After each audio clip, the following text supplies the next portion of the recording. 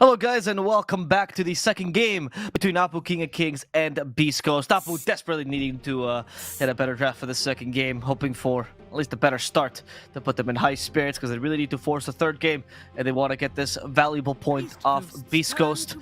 The Shadow Demon already gets banned together with Sand King bans won't change much. And as Moe suggested, you wanted to do a similar approach as last time, just this time, no Spectre. Yeah, and I'm not sure who got to choose game one, but it's the same thing. Beastcoast with overall first pick and Apu King of Kings with last pick. So we might have a very similar draft depending on how this goes, because the bans are the same, right? Sand King Invoker. Yeah, I mean, if Beastcoast has first pick, we've seen this a lot from the teams that, like, quote-unquote, are higher up in the table, right? They're better, right? Like Thunder Awake and Beastcoast, they've been doing this a lot, where they just, like, they try first pick every single time. So it could be that you're right. Radiant team pick. Is first pick, is there a considerable difference for any side right now? Would you say, right now, Bowie?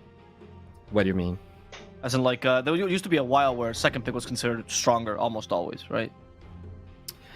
Yeah, what I used to hear in the the patch for the last TI is that first pick was good if you were the better team, if you had more strategies. So you could always just get that broken hero first, and the enemy team always had to respond. Nowadays, now that they changed the draft once again, right, the pick order, I didn't hear anyone saying that like a specific order is overall like. I think they're just very different in how you have to approach it.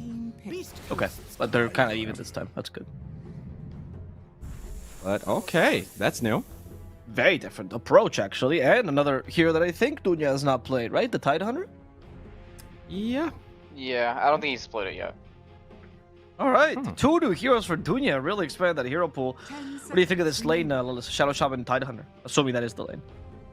It's a classic opener. A lot of teams do this. The Gush is pretty good with the Shaman right clicks, and the Tide makes up for the team fight, which Shaman doesn't really have, and is a hero that goes in first, right, for Shaman to be able to cast the spells. So it's an okay combo. It's a very classic second pick opening, right? You open with your off lane. It's just a strong lane in general. Hard to counter pick it. So yeah, they also guaranteed doing his hero. So later in the draft, they don't have to worry about this. So I think it's good for Apu to do these sort of openers where they just pick their offlaner first. Do you think that Beastcoast could do something similar with Schofield and give him his hero early as well, so he doesn't get countered? Or banned, Yeah, they sorry? can. Yeah, they can pick like a. They can. The thing is that this offlane lane is gonna be weak. They do. So they do exactly what you said. They just pick the clock. So they probably don't care about the lane since they didn't care about the lane last game either, right? They just laned it in whatever. But last game they were playing as Spectre. This time they might get a little bit more punished in the lane. I don't think he goes cogs on clock, right? He's probably gonna get battery and just pull the wave instead of like block level 1. So they guarantee the Schofield hero. Okay opening, I would say, because last game he probably felt a little bit awkward, right? Having to play Shaker. They won anyways. I wouldn't even care if this is a clock for Stinger. Obviously, it's much more of a Gojira hero, but if they debate this as a 5 clock and eventually even get a hero that Gojira likes to, like another hero he likes to play, it's a good lane versus Shaman. Just battery assault on top of him. He gets pretty sad if he gets initiated. But it gets tied too as well, right? Constant stuns, cogs to push him back, take away his mana. I like that, Bowie. I like that suggestion. You bait out the one guy who has 3 heroes, apparently. Because I don't think they're gonna ban Gojira heroes once they see the clock. And as Leda said, the Mars clock lane is a little bit underwhelming. So sure, they could run it like that and not care. But you have to, like, when you look at the hero pool of Stinger, I think he's the player that's playing the highest amount of heroes. He's playing like from AA to Silencer to Phoenix to... He really plays everything. I did want to ask you, Bowie, do you think this is a good utilization of the 4th pick, or 8th pick as people call it, in the first phase for first pick?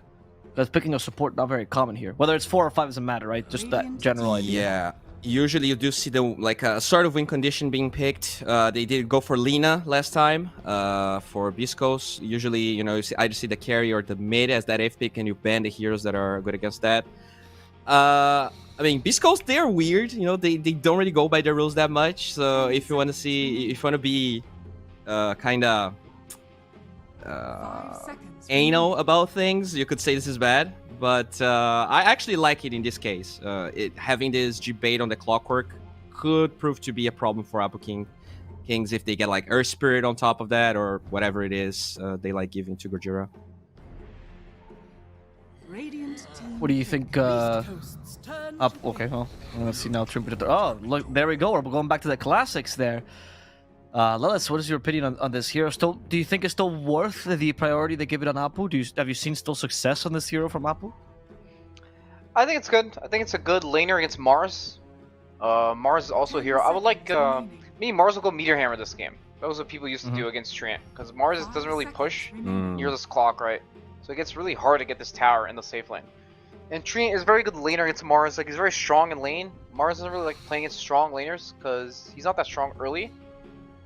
And it's just, they just really like this hero, right? They just are really low damage on Apu.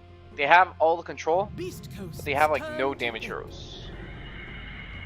Okay, so probably gonna be a Phoenix 5, right? For Stinger? Yeah. That's a huge abuse, though, of the lineup that Apu has right now. This is the same strategy, actually, Bowie, that SG used against Thunder Awaken. Remember last season where they were always first picking the Tide? They punished that pretty hard with the Phoenix in the second phase, and they won that game. That was the only game that anyone beat Thunder Awaken. Very true. I like this. The Apu King of Kings, they're the ones scared of the Timber, and now Beastcoast just does what they do best, which is pick strength heroes with this Lina. Okay, Clearly I like this. I love this. You take away the Lina to deal with the egg. Really good matchup, even though it got ganked a little bit by Apu Kings. It didn't seem to matter. They just farmed better. They controlled the map better. Just bread and butter for Beastcoast. And also, Kunkka is a bit more dangerous this game, right? Because of the egg, or the DK as well, right? The two heroes that, like, tank, can deal with Lina nicely. Mars Phoenix too, having even if they go for a high attack range hero, as long as it's inside the Mars arena, it's going to be very hard to deal with if this game goes late. Beastcoast, they always, like, even if they don't have a good core to core matchup, which could be the case here since Apu Kings has the overall last pick, they like scale in the supports. That Phoenix becomes such a nuisance to deal with. Though, Lelis, I think that Beastcoast always tries to get the best core to core matchup, right? That's something Hector likes to do. Yeah, they're just saving last pick for him, right? So they get the best possible matchup. There are a lot of illusion heroes not banned, right? Looks like a very good illusion hero game again. I guess he's gonna play either TB, PL, or Naga again, because you can't ban them, 3 of them. Yeah. So, Yep. Yeah. So you think whatever's not banned just gets through and he picks it? Probably. I think all those heroes are really good against Treant. They're really good against Tide too, like illusion heroes. Just get away with their kind of a free lane. And Shaman doesn't really do anything to them, right? If you think about it. The Storm is so-so. The thing about what Beastcoast did in this draft is, by picking this Lina, they just put Apu in a bad spot. Because any hero they pick is either not going to be good for their lineup, right? They're not going to have damage. They pick like a DK to lane against Lina. They're going to have no damage. Yep. Or they're going to pick a hero that Lina's just going to crush. So Lina's probably going to crush the Storm. This matchup is... It used to be really bad when Lina used to buy Yules every game, right? Because Storm would just jump and she would just Yule the Storm. Storm is just dead after the stun. But I'm not exactly sure how it goes now. But I still feel like Lina just crushes the lane, just gets a free farm. And they don't really have anything for Lina, right? It's kind of like a free Lina game. Yeah, I do feel like they have better control for illusion heroes, like slightly. I think the Side Hunter, the Treant, the Shaman, they're like, even if they can pick a hero that's not necessarily good versus the illusion hero Beastcoast goes for, and it's still not gonna feel as powerless as they felt in game 1, I think. Okay. What kind of carry would suit this control that they have better, Bowie? Interesting. Or yeah, are they gonna wait for Beastcoast to pick first, and we'll see? You'll definitely wait, but I'm surprised they banned the anti-mage. I mean, sure, it's good versus Storm and Shaman. It's really good against Tide and lane too. Yeah, that is true. That is true. I'm interested more by the bans. Versus Treant. What's up? I'm interested more by the bans of Beastcoast. The Ursa, the Razor. What does this indicate to you, Lilith? I think those are just respect bans. It's just for the laning, right? They're trying to make Okay. Mars clock lane not that bad. Radiant So team then- pick. I think Apu won with Razor carry. Oh my god. Huh. I guess that says a lot of it. Like Razor and Ursa are Yeah. really good against Jug. So never mind what I said. Yeah, I was thinking for a second. Do you think Beastcoast cares about Whisper or Schofield? Yeah, you have one person that cares about it. It's That's Hector. true. He's the one. It's He's the Hector. one talking. Seconds remaining. Now, Bowie, now's your time to shine. What is the pick for Apu? How do you counter the Juggernaut? How do you deal with this lane at the same time? What's the wonderful quintessential pick here? Well, when I think about the Benny heroes, I wouldn't mind seeing Morphling. I think he deals well with Mars Clock. Okay. I actually think stealing the Jug, getting the healing ward, pretty good. You can also deal with the Phoenix if you... Phantom PI. seize your hero. Are you okay I mean, with that too? It's weird, right? If you think you're gonna win the lane and you're not gonna struggle in the lane, then Benny can get the Battle Fury in a good timing, and then you just scale. Mhm. I just feel like if they lose the lane, Benny's gonna be in the same spot, always behind everyone else. Even if Apple Kings wins their lanes, it still feels like a struggle. They have very tanky boys on the side of Beastcoast PA, usually good against your Shadow Shamans, your AAs. I think it's fine, but there were probably better picks for Benny. Okay. Lilith, are you more convinced by the PA? Do you see some more strengths to it? Yeah, I think it's a good pick. I think it's a good matchup against the Jug. Very hard for him to Mhm. Omni slash the PA ever in the game. And PA deals really well with Lina. Like she's a jumper, right? That she will buy Basher at some point, just maybe insta-killed Lina before she can do anything. And it's also good against Clock, right? You just blink out of Cogs. Not when Clock's level 20 now, because he has the leash thing. But that's I don't even know if Skull is level 20 this game. But it is also very good against Mars. If you eventually get the shard and you just go on him with the one stun and you kill him. So Yep. I think it's a good pick. I would still favor Beast Coast. I just think they're the better team. But I think it's a lot better draft for Apu, right? I think it's a lot more playable this time. Boy, what are your Yeah, thoughts? I agree What with team are that. you favoring? No, I agree with Lelis. I think it's a better draft in game one. And I would say this is a 35, maybe 30-70 for Beast Coast.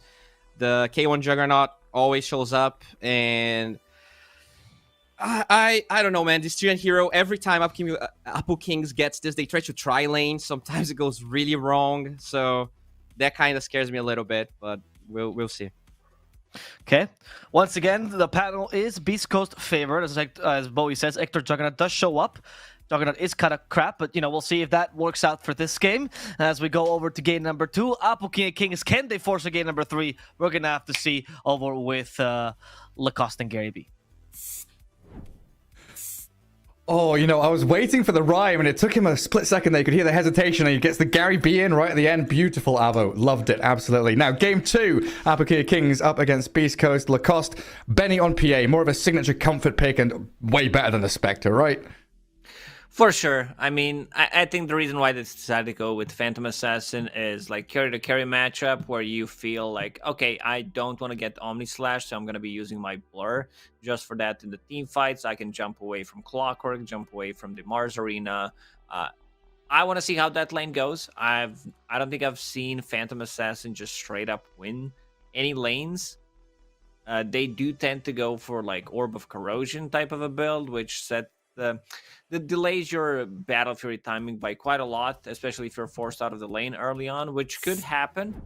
But looking at what he has in a quick buy, it's a Ring of Hell, so it seems like this time he's not going to be messing around. I'm not saying it's a bad item, but I feel like you need to get some value from it. If you're getting like 1, 2, 3 kills from the lane, that's fine. But if you're like in a spot where you're 0, 2, and 0 and have an Orb of Corrosion, that's just no good. But looking at how the lane setup is going to be, there's a small possibility that Apu King of Kings, that they run an aggressive tri lane. I wouldn't mind seeing that. Probably not going to do it. I didn't see too much Fury crafting coming out from them. They did have a bit of adjustment coming into game 2 with their draft. I like that more, most definitely. They do have Storm, which is kind of similar to this Phantom Assassin that we talked about. If they get to their item timings, they do have very good pickoff potential, and Storm's not afraid of any of these abilities pretty much. So Yeah. if he gets like second item BKB, I think that's fine. The support duo is a bit slow, especially if they're playing from behind. So I'm a bit worried. They also do have a Tidehunter, which is not a hero that tends to join early fights. He is a bit more sluggish. He wants to farm his items and then go play with the team. So what they're looking for is, I'd say, timing post 25-minute mark when the Phantom Assassin has Battle Fury plus a BKB. This is going to be their big timing to fight with. Yeah, there's Is that a quite... Beast Coast? Yeah. Go ahead, Gary. There's just quite a lot going on there, right? I mean, I think Bowie brought up the potential for tri-lane, like you're mentioning with the Treant. There's also the fact that you look at this and think, how do they deal with egg? But I guess the idea is you kill the Phoenix before he gets the egg off with the PA, the Storm, you jump on people, as you've got heroes that are pretty static and slow, but good at setting up for stuff. Like a Treant Overgrowth or a Hex or a Ravage around a tower allows the heroes to filter in, TP, and react around a setup, rather than moving around the map and trying to go from point A to point B as a squad. But yeah, what about Beast Coast? Beast Coast, red lineup. All red heroes. I like that a lot. A lot of fire stuff coming out. They have 1, 2, 3 fiery heroes. Mars, if he picks up a shard, leaves a fire trail on the ground. It was beautiful in the loading screen. They all have this electric red and blue. It was, Gary. Yeah. Juggernaut, I think they just solely pick, like, the carry players, they're very, very greedy. They see Treant Protector, and they go like, well, I want to play a hero that builds into Manta style. I want to have a hero with built-in BKB, so I don't have to care about the overgrowth. It really goes down to that. Oh, that's very true. Yeah, I didn't think about that. Juggernaut's so adept at handling the overgrowth, no matter the stage of the game. No smoke from Apple King of Kings this time. Just walking across into their own jungle. A much deeper mid ward, and even a ward up on that high ground now for Dunya to scout out across the river. And Beast Coast know exactly where they are, as they actually head out and... I mean, that mid ward's normal, but what's this top lane ward about for Beast Coast? Is that to try and scout the tri-lane? Possibly, yeah. 30 seconds. I don't know if they want to, like, scout also... Like, this ward is going to scout rotation possibly from Storm Spirit once he gets level 6, but like the ward is gonna die. I'm not sure if the ward is gonna be there anyway, so mostly about scouting the lanes. Maybe they are expecting a potential tri lane, which doesn't seem to be the case. Like, they could maybe just like have a tri lane at the start, bottom, try to grab a kill. That's what people do with Treant Protector. He is starting with the cogs just to secure the rune, so that's going to be 3 runes for Beast Coast. And let's see. Yeah, seems like they're going to be doing a tri-lane, not an aggressive one, but still a tri-lane, or at least try to get a kill. Yeah, usually when they do it, especially on Radiant side, we've seen the Treant go and walk to the top left corner, hide in the trees, then you show your offlaner, and then you pop out and try and kill one of the heroes up there. This ward now gets the value, the ward that we talked about on the top lane. Shaman was not scouted out. Neither was... maybe this was like, okay, we need to see if it's an aggressive tri-lane, or if there's like Treant Protector in the trees that is going to hide there, so we don't want to lose our carry. Because I've seen like safe lanes losing, especially heroes like Terrorblade, when you kill him during the meta. And then his game's like, okay, well, I need to wait for another meta. That's why people don't get meta level 1 a lot of the times as well. Becomes incredibly sad. Well, they show their hand. Serem and Jupiter down bottom. Get a bit of damage onto Gojira, but Shadow Shaman has to go top. As Dunya gets the gush onto Stinger. Shackles cancelled, though. Jupiter places a sentry, then Shackles. He missed the Observer Ward and misses the kill on Stinger. Some sad times for the Shadow Shaman. Phoenix will out back up. It's a lot of right-click damage.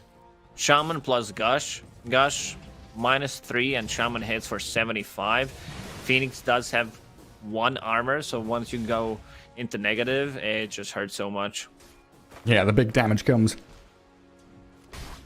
That bottom lane's taking a bit of a beating, though. Just God's Rebuke from Whisper has handled the Treant and the PA quite nicely. Clock pretty low on HP and mana, though, but with Mangoes and Tangos, he should be able to keep himself in lane. Doesn't have to return to base or anything. And of course, we had that mid lane Storm against Lina matchup. I think one of the panelists was saying that Lina is going to be able to do very, very well and continue free farming. Mini, So far. yeah, he's been pretty good first 3 waves, doing extremely well. He was sitting at 9 for a long time. He pushed out the wave, used all of his mana pretty much early on to be able to secure those CS. Gojira with the battery assault will deal some damage. Forces Benny to Phantom Strike back to his support, who did get the pull off. Now their wave going to meet a little closer to that Radiant Tier 1. They're going on Dunya top. The shackles on Jug. Oh, he's out of tower range now. The tower hits are bringing him low, but K1 has the salve from Stinger, so all is good for him. So the Shaman for Tidehunter. Healing Salve is not as great anymore. It's 13 seconds, so which means that for like at least 15 you can't get close, you can't CS. You also need to backpack your items twice to get the full value. Yeah. Just go AFK while the salve is on you. Well, they're not in a bad spot. We do need that pull from Stinger, of course, to try and move that lane equilibrium a bit better for Beastcoast. Oh, Mini's got his bottle, as does see Smile, grabbing up the water runes. Currently dead even in the last hits. A few more denies for C Smile though, as he's about half a level ahead of Mini. We're going to start seeing these small camps get farmed more frequently now, of course, with both Storm and Lina being incredibly adept at doing so. 3.5 minutes in, no first blood yet. Feels like both teams are itching for something. And Stinger is going to get shackled top. But K1 sprinting across. Yeah, TP out from Jupiter, knowing there's no stuns in this lane, so they can have that free escape. The Shaman started with these small items, fire, magic stick. He's very sluggish, so he needs to be careful. K1, He's got healing ward. charges and the spin. And the Sunray. He's just being healed up. Beautiful. That spin is enough damage for the first blood. Yeah, it is. Jupiter trades back in that 1-for-1. And Stinger, he'll be all right. That healing ward, well placed in the trees. Good positioning and also early point in the Sunray. When you're playing Phoenix 5, I don't think you should put more than 2 points in Fire Spirits. Anyway, it's all about that Sunray, keeping the distance, try to get the shard. Minute 15 if possible. Minute 20 doesn't matter that much, but you can't just, you know, play as you're playing some greedy position 4 with the maxing out the Fire Spirit. It's just no good. And they understand like this is more about sustain, because there is going to be sustain coming out from the healing ward and the Sunray, as we've seen. Benny bottom, he's doing really well in terms of CS. Well, they dive on top. They've gone again onto Dunya. They cancel out the Sunray, so K1 can't keep giving chase. Now the healing ward comes out, but Jupiter gets the hit off even through the Fiery Spirits. And it gets Saram down in that Radiant Triangle. I was going to say down in the bottom lane, but no, Gojira's actually in the triangle finding the Treant, who I believe was trying to stack for the Storm. I'm not sure what happened mid. Like, he was doing so good. He does have CS, but he's level 6. And Lina... Now, Lina's level 6, and Storm just hit level 5. Yeah, 15 denies. I guess that's how it goes. I didn't see this too much, but Lina just seems to be bullying out everyone out of the lane. Oh, look at this chase. This is what you don't let Gojira have clockwork. He's got the Godzilla set on as well, but he dragged 3 heroes across. Okay, his Observer Ward gets dewarded, but the time spent by Apu King of Kings just chasing this man, they've not even killed him yet. Another grasp and a few hits from Shadow Shaman will finally secure it, but that's under their bottom tier 3 tower. I don't think it's that bad. Top lane already doesn't feel as good. For Apu King of Kings, bottom lane, Benny is farming. He does have decent amount of sustain with the Ring of Health sitting underneath the tower, magic sticks, and the Fairy Fire, so he's gonna be okay. So he's getting the solo XP on bottom and not losing CS. I don't think it was that bad. Like, usually it is, especially if your mid laner, like, tries to go for a kill, uses mana, doesn't get anything done. That damage from the Sunray, man. Stinger even has 2 points in the Fiery Spirits. Yeah, I guess you're right. If Gojira runs there, you don't want the Treant to be down there. But now Gojira's returned to bottom lane. You have to bring Sarem just to allow the Phantom Strike across. Oh, no. Oof, he misses. He just cracked level 4, immediately uses Rocket, got a glimpse of Treant Protector having a healing salve, so wanted to cancel it immediately. Didn't get it. There's a good synergy between Clockwork and Mars because you can spear them on top of the walls of the cogs. True. So that works really well. And you also need to have like a hero or a creep to be able to jump out of it. Vesper, he's playing so aggressive right now, knows that he's going to be cracking the level 6, just need that one creep to die. And here we go. And he's got stick charges as well. Something they may not be counting on. Never mind. Clockwork went in towards mid. Yeah, Seasmile has a DD rune, so they're putting a lot of damage onto that mid tier 1, keeping Mini at bay. We might even see Whisper TP out of that bottom lane to use the arena elsewhere. And he could come in mid and force the fight around Seasmile's double damage. Storm is just farming jungle. Yeah, I was wondering what that Vortex was, but it's on a Hellbat. That's a... Shaman gets to deny on tower. Nice. Double damage Lina. I mean, it's still a tower, especially the one that falls early on, which gives them another access to enemy triangle where Phantom Assassin and Tide Hunter want to farm early on. Oh, he was close. Dragon Slave. Still gets him. Seasmile, once he's off to a good start, like this player is just extremely good at keeping the pressure out on the map, and like if you give him good early start, he's gonna deliver. So right now, sitting at the 4K net worth compared to Storm Spirit's 3,000. Tower is gone. And they're going to go on Dunya again. That's a level 5 Tide, 8.5 minutes in. So that 8-minute mark, you know, mid-tier 1, killing off the Tide 3 times now. They've shut down that big team fight presence from Apple King of Kings. And it's going to come down to this Storm Spirit in a large part, and how he can catch up and really try to dictate how the game is going to be paced from here on out. I fully agree with you. C-Smart's got that arena on a Benny from Whisper. Blowing up the PA down bottom and onto another tower. Where's Treant Protector? Oh, I've seen this. I'm not sure if this was Apu King of Kings or was it someone else that tried to make the same. I think it was, because I think it was, yeah. He does play a lot of Treant Protector. He needs to be bottom. Like, he needs to sit bottom, defend the tower. It's a bit harder because you're playing against the arena, so all these trees, they do get cut down. You're playing against Clockwork, who can scout things out, but also putting another points in Leech Seed is just a no-go. Like, you're not fighting anything. This is a wasted point. You want to have that living armor to be able to just help anyone globally, especially your carry. It might make the difference. Maybe on the Storm Spirit, it would also make the difference. Heal him up for like 50 HP, and then he lives, having that extra armor, and also keeping the towers alive. Yeah, for the towers especially. Yeah, you're right. It's definitely not the first time we've seen this from Saram. 10-minute rune coming up in a sec. Gojira's down bottom. Mini bottles the illusion. And should kill off the Clockwork here with another Ball Lightning towards that high ground.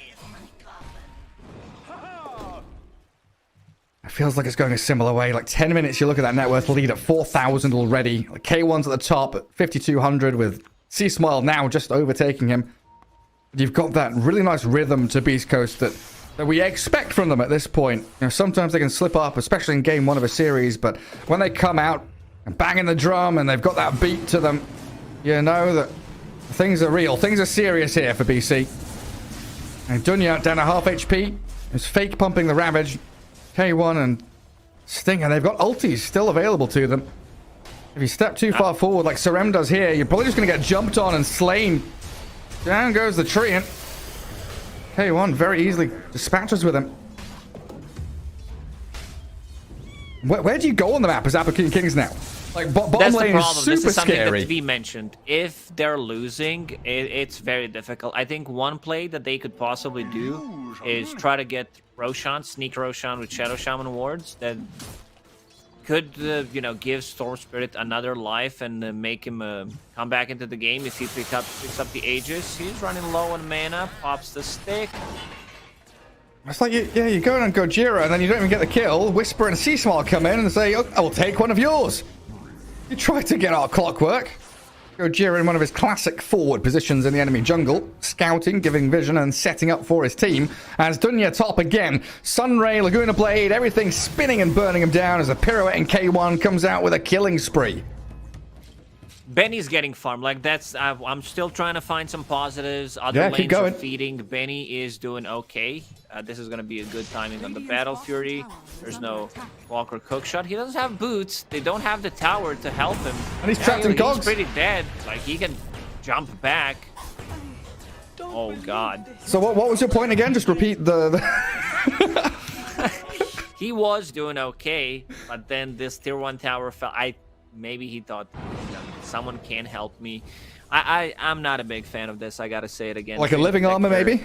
Yeah, living armor, not a single point. Like, you're just like, I've seen Celery. Celery is one of the highest MMR players, position 5 players in the world. He is the Treant Protector expert. So I did some research when he was playing it, and unless he's playing into a tri lane, he doesn't get points in Leech Seed. He's also maxing out the living armor. This kind of build feels like you're fighting non-stop. Like you're meant to be ramming heads into each other, battling consistently. Maybe they can start this now, 13 odd minutes in. Stinger getting pinged out by both teams.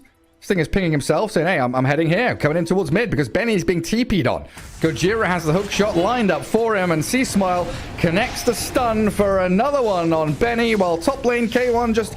Well, he goes for the spin TP. Overgrowth comes too late from Serum. Beastcoast outmaneuvering, outplaying, getting these kills on big core heroes at 3-11. It's a 7k lead. Apu King of Kings, they need something. A tier 1 tower at top, at the very least. But you look at the movement from Beastcoast. They are already wrapping around to connect on to Apu. Sarem spotted. Trian's going to get going on here. Yeah, they're all surrounding him. That's an easy kill. Serpent Water doing some damage to tower. But who's going to die next? Supernova onto the Tide. Dunya trapped in the arena as Jupiter goes for the shackles. But the rest of the cavalry have arrived. Everyone in. And Tidehunter doesn't even bother pressing his Ravage button. Storm, he still wants the tower. Maybe the Serpent Wards can clear it up. Let's see. Beastcoast, get the deny, get the kill on Serpent Wards. Yeah, they've got it. He uses Tumbler Stoy, gets on top of them in the middle of the fight, drops the Supernova. It's too late to drop down the Ravage. Benny, he does have a Battle Fury. It's a naked one, but another good hook shot. And now they're getting run at. Just relentless from Beastcoast. And we're going to start seeing the lines drawn across, like from top tier 1 down to bottom tier 2. The line is going to be drawn by Stinger saying, hey, this is where our net is being laid. This is where we're going to keep the little fishies. That's what Apu Kings are right now. No sharks in the water. Tiny little guppies. Brown Boots arriving on P8. Yeah. Where do you farm? Where? It's like she's just standing there, waiting for that one camp to respawn so I can get some... Map is really small where she can play right now. What she can try to do is either use lore, or they smoke up and she goes into enemy triangle and try to get some farm there. Yeah. Or just into enemy jungle, because they do have 2 observer wards near the outpost, so they can scout them out. I think he needs to risk it. He definitely can't stay here and just get the whatever comes his lane, because look how aggressive Beastcoast playing right now. So it's a good Hex and Shackles. Maybe that can save Benny. K1 and Gojira, though, they've got different plans. A massive hit from K1. Benny blinks across to the creeps in the mid lane, but with Urn, Rocket Flare, and a chase in from the pig pole, Juggernaut should be able to slice down the Phantom Assassin, and Whispers also used his arena to clear up Seram. Many and Dunya, the only heroes left out on the map, hiding in the tree line, trying to clear out these side lane waves, but C-Smile, he landed that stun, and Minnie's still going to go for this one, trying to bring down C-Smile, and does clear it up. Out of mana completely now, though, and that opens things for Whisper. God's Rebuke, and now looking for the spear angle. Minnie's dancing left and right, he's got fast feet. That Sunray burn damage, it's going to be too much. He'll try one more Bull Lightning. They just didn't even bother. He does the 360 no scope, misses the spear because he didn't use the scope there, but they still get the kill. Phoenix gets on top of him. They did get a kill on Lina, so that's something. Storm Spirit got 600 gold from that kill. And now Juggernaut, K1, the most farm hero in the game, having the Manta style, Maelstrom, so 2 abilities that, when I say abilities, I don't mean Maelstrom, I mean Blade Fury and Manta style to be able to get out of the overgrowth. So he doesn't need to care about that at all. He does not at all. What's that? Scardy into Ags queued up next. Now, Apple King Kings into a game of whack-a-mole. Just wherever a creep wave pops up, get it out, away from your tier 2s, away from your base. Try to make sure Beastcoast don't have the full space of the map at their disposal. But they're all grouped up very tightly top. Who's going to show on that wave? Nobody. Even Dunya's hiding at his tier 2. Oh, he's edging forward. Gojira thought about it. Animation cancelled his hook shot for a sec there.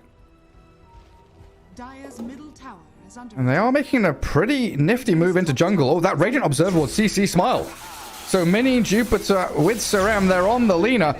I should be able to bring him down. He's got BKB regen, but yeah, he's not surviving through the lockdown of the Shadow Shaman now. A bit of a response from BC. Tumblr's Toy puts Stinger forward. Trying to aim and target the Shadow Shaman, and Whisper's going to be here. Yeah, that Shackle will for sure secure the death of him. The hookshot misses. The Supernova focus. Mini's going to get the kill on him. Oh, Apple King King's fighting back. Stinger down. Whisper with that arena traps only the Trine as Storm zips over. K1 a little bit shot. Late to this fight. He needed, like, I don't know, 10 nanometer range to be able to connect. It was so close, and I don't think they would be able to kill the egg if he got that off. But yeah, still, they do get the kill on support, but the 2 big kills, I'd say, for Apple King of Kings. Like, they just need to make something happen. This is the second death of C Smile. They manage to bring him down. Some pressure off taken from Phantom Assassin. She is high level, I'd say. You know, she's level 13, Jug is level 14, so not They stuck around. They stayed in the same position, and Whispers walked back up into high ground. Into those Serpent Wards. Allowing Mini to take his streak as well. So in the past couple of minutes, Mini's had like 2,000 gold put into his pockets and a jetpack over Jupiter. K1's going to think about the Omni Slash. Yeah, more than just think about it. Throws it in onto him, but now Vortex into a pause. What have we got? We've got Ravage and Overgrowth. We don't have Omni Slash. They don't have enough damage to kill the Jug, I think. Even if they use Ravage, there's just not enough follow-up. He has 23 armor, 15 magic wand charges, does have a Manta style and a spin. And the spin, yeah. Yeah, it's just not happening. We'll see if Tidehunter decides to pop the Ravage. Vortex still there for about a second. What do they have? So another 2.5 seconds from Ravage. It's going to be a good 3-4 seconds of lockdown. They do throw it on him. He's down to half his HP, but now you've got Sunray. Overgrowth comes. Manta's already been used, so they do hold the Jug in place. If they can escape with their cause, they could probably call this a victory. A little advice. Just because they killed off Whisper.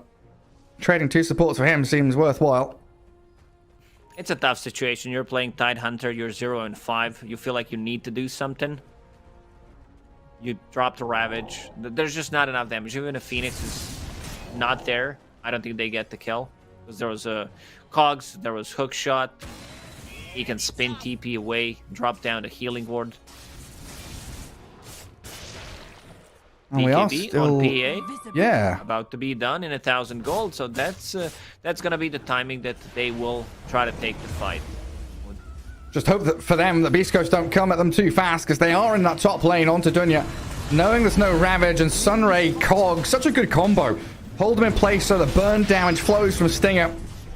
Gojira takes that final hit as the tier 2 drops, and this is what the worry is, right? Yes, your PA is ready in about 700 gold, but Beastcoast are already 10k ahead and breaking high ground 20 minutes in. They know that there's no Ravage. They drop down the Shadow Shaman Ward. They're keeping the track on that. They know there's 3 big ultis missing for Apple King of Kings to take the fight. Who's that hookshot on? Who's he found? Saram in the trees. Burnt alive. And tier 3 drops and opens up these barracks for Beastcoast to wail away at. Yeah, Mini zipping mid. PA still sticking bottom. They're just going to let this top lane fall.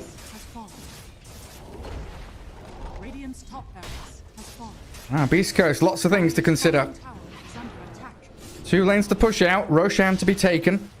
And they still have this Dire Ward near the Radiant Triangle watching for any kind of smoke play out of mid that we know Apu King of Kings love to do.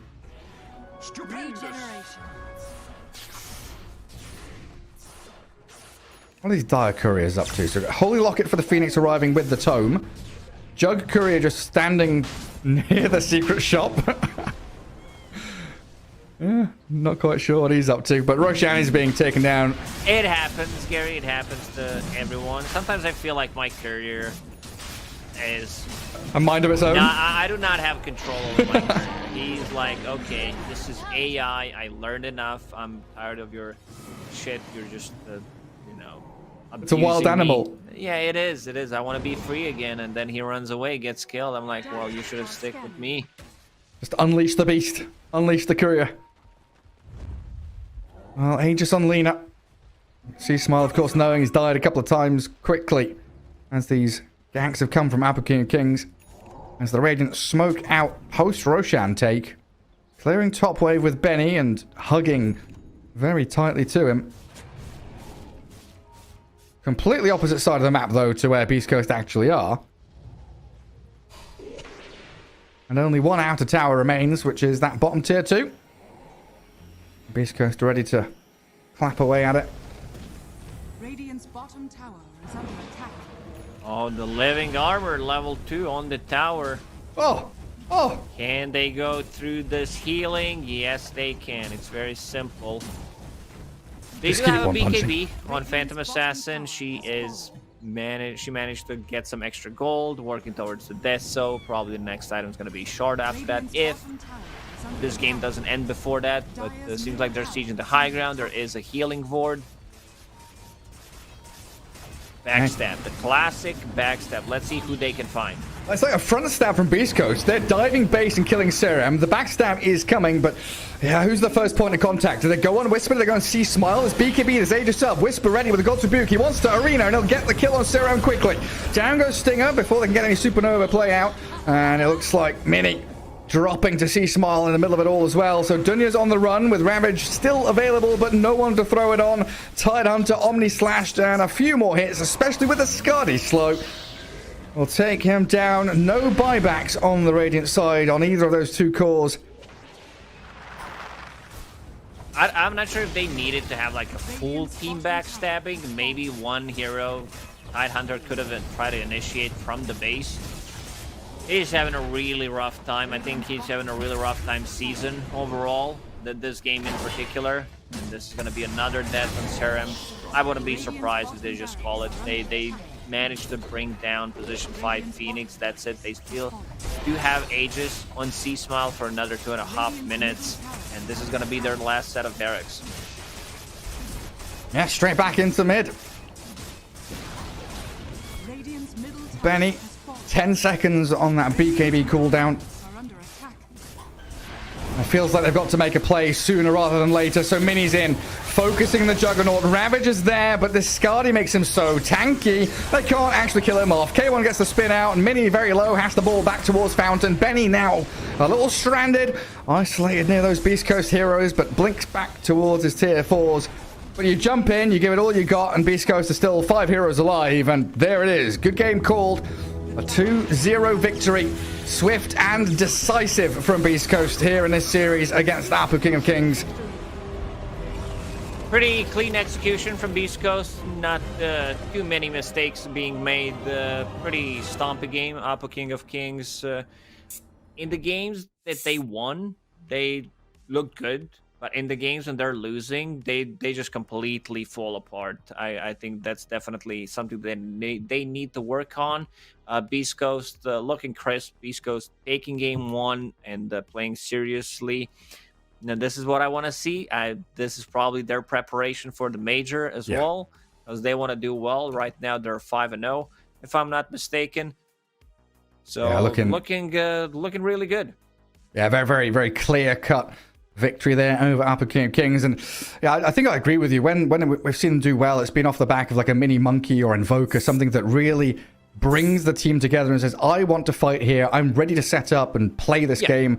Whereas, you know, the Treant Shadow Shaman, okay, they had a couple of moves onto see Smile into that dire jungle. But apart from that, everything was lacking. The maneuverability, really their split push, the Roshan taking team fight, everything just fell to Like mid pieces. lane was completely dominated. They lose the tower.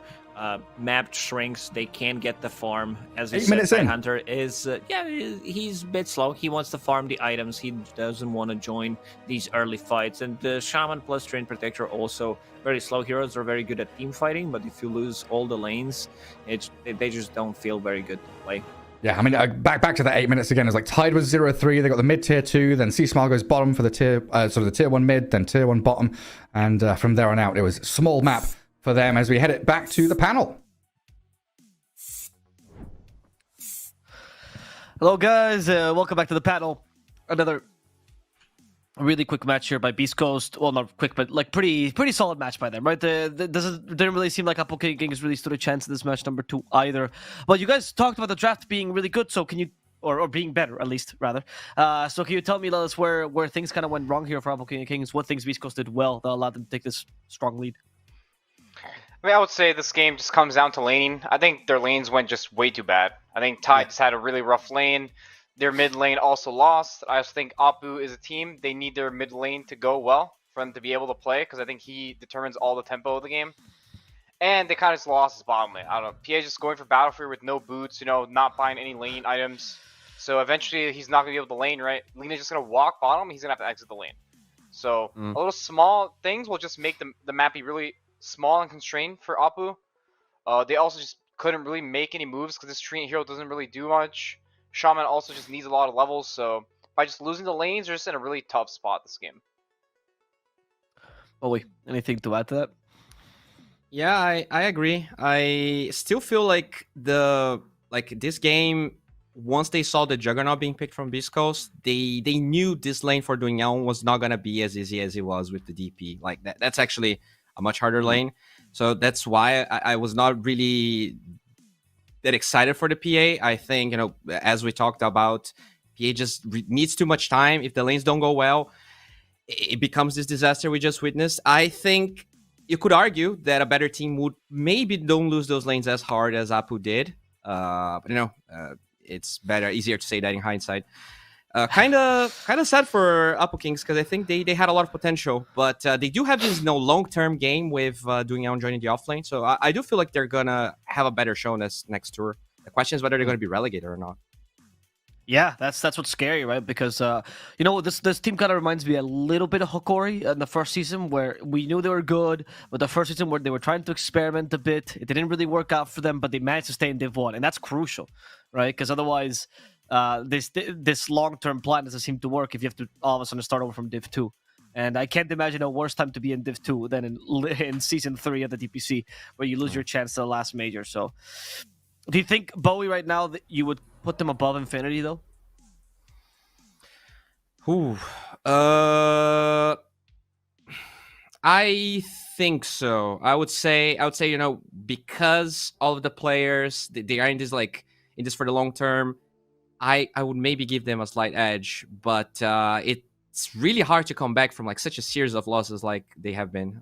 It would be close for sure, but I would give them a slight edge, yeah. Probably Brazilian bias, lost though. Infinity, right?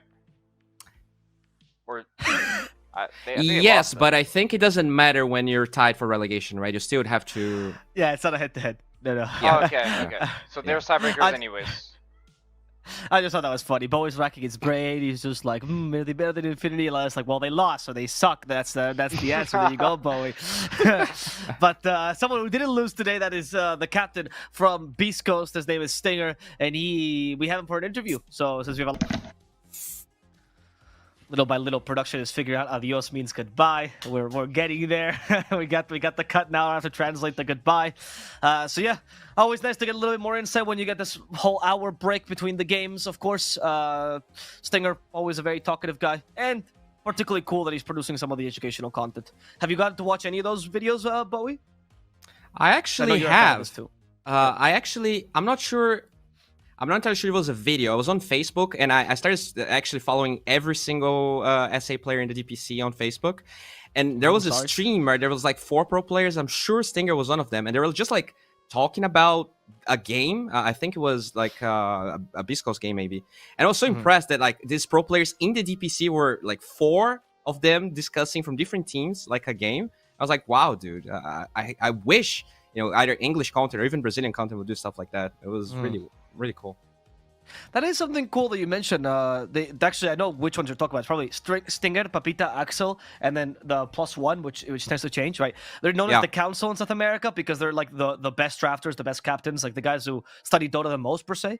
And what's cool is that I have never got an interview with a South American team, even Brazilians as well, by the way, where they go and tell me, I don't want to reveal this as part of our strats. They don't care. They just tell you. Yeah. It's the same with Russian teams. They don't care.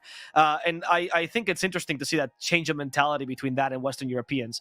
And Western Europeans, you ask, oh, do you think Ancient Apparition's a good pick? And they go, I don't want to reveal strats. I don't really want to share this. And you go, oh, okay, all right. Calm down there, okay? You picked it once. Like, it's not that big a deal. So I'm always surprised by that mentality difference. Do you think it's true, Bowie? Do you think that they actually do themselves a disservice by revealing these strats? I think that when you have these like languages that are not that common, right? Russian being one of them. I guess like not that common in the Reddit space, or like like it's not going to be shared on Reddit if they say so. I guess Portuguese, Spanish, even Chinese, they might be more willing because they never saw like they saying something and then like a random team countering or doing what they said was good, and so maybe it has something to do with that. That's interesting.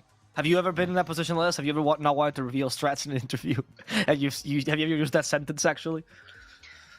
I don't think I've ever used it. I think it's more of a cultural thing, right? A lot of Western Europeans and North Americans, they don't really want to show strats. They don't want to talk about it, but other regions, they don't care as much. I think it's more just a cultural thing. There's just so much you can hide, right? Because you actually have to play the game and people just see what's happening on the screen. So nowadays, I feel like it's a lot like knowledge a lot more around everywhere than it was before. I feel like I don't know, 6 years ago, 7 years ago, it was a lot harder to improve at the game because you needed to play with a certain amount of people, like a certain group of people that actually know how to play. I think nowadays the game's people just know more stuff. Knowledge is not concentrated like it used to be. That is true. And on that note, the cultural stuff, I do want to point out one of my favorite responses we ever got to an interview, which was when we were interviewing DM from Virtus.pro, right? I got to ask him, it's like, hey, how do you feel about literally telling everyone your strategy every time they ask you an interview? Because he reveals, if we have SA pros, DM is here. Like, he just says, yeah, we picked this because of this, we picked this because of this. He tells you the whole storyline. And he said in an interview, it doesn't matter if they copy it because they can't reproduce it. We're better than them, so who cares? And that was the most Chad answer I ever got in an interview in my life. And I thought that was like a true Russian hubris, right? True Virtus.pro there. And I think some of the South American pros might think similarly. So I do like that cultural barrier. Not that I think you guys are bad lists. That wasn't my comment. More about the arrogance some of the players feel. But with that, we do have 2 very arrogant teams coming in towards the end. 2 of the Great Council, which is Matthew and Axel. Those 2 considered some of the best captains in South America. A real derby coming up next between Infamous and Thunder Awaken. Infamous, they need this point if they want to have that chance at actually qualifying to the major. If they take it out of Thunder Awaken, it could be within their grasp to go to the major as a 2nd seed. Whereas Thunder Awaken, they desperately need to beat Infamous if they want to keep toe-to-toe with Beastcoast. What will happen? We don't know. What we do know is that we got to take a small break, a rather larger break, as Beastcoast beat Epulze Kings a bit too quick. So we're going to be taking a 30-ish minute break before the next series begins. And then we'll be back here with more SA Dota. Now with these wonderful panelists, unfortunately, but it's okay. We have great panelists, lots of great panelists here in store for you. I lied. I don't know my schedule. They're here. I'm so sorry about that, guys. But they are so polite. They did not correct me. And that's what makes them the best panelists in SA. And the reason why we're excited to come back with the next game between Infamous and Thunder Awaken. Until next time.